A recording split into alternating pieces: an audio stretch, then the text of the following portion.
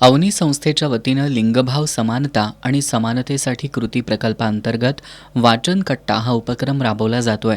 या संस्थेअंतर्गत नंदवाळ गावातील मुलांनी बाल अधिकार मंच उभारलाय। या मंचाच्या माध्यमातून मुलांनी गावासाठीची स्वप्न तयार केली आहेत।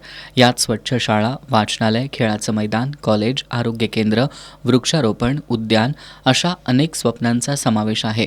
यामध्ये सुरुवातीला मुलांनी स्वच्छता या विषयाची निवड केली।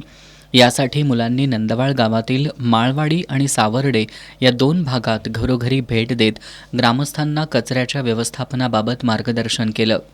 साईराज पाटील आणि प्रांजली रुमाले यांनी या उपक्रमाची धुरा सांभाळली।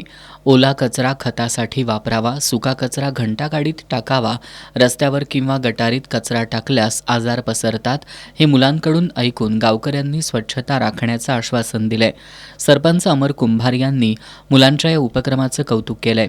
त्यांनी या मुलांनी बघितलेलं स्वच्छ आणि सुंदर गावाचं स्वप्न साकारण्यासाठी आपणही प्रयत्नशील राहू अशी ग्वाही दिली आहे। या उपक्रमात बाल अधिकार मंचाचे व्यंकटेश पाटील, स्वराज शिंदे, संस्कार शिंदे, श्रेया पाटील, वेदांत कुंभार, शर्वरी जाधव, सार्थक सावंत, सार्थक गुरव, आराध्या गुरव, आरुष पाटील, संचिता पाटील, पृथ्वीराज पाटील, श्रीराज पाटील, श्रेया सावर्डे, विक्रांत जाधव यांनी सहभाग घेतला।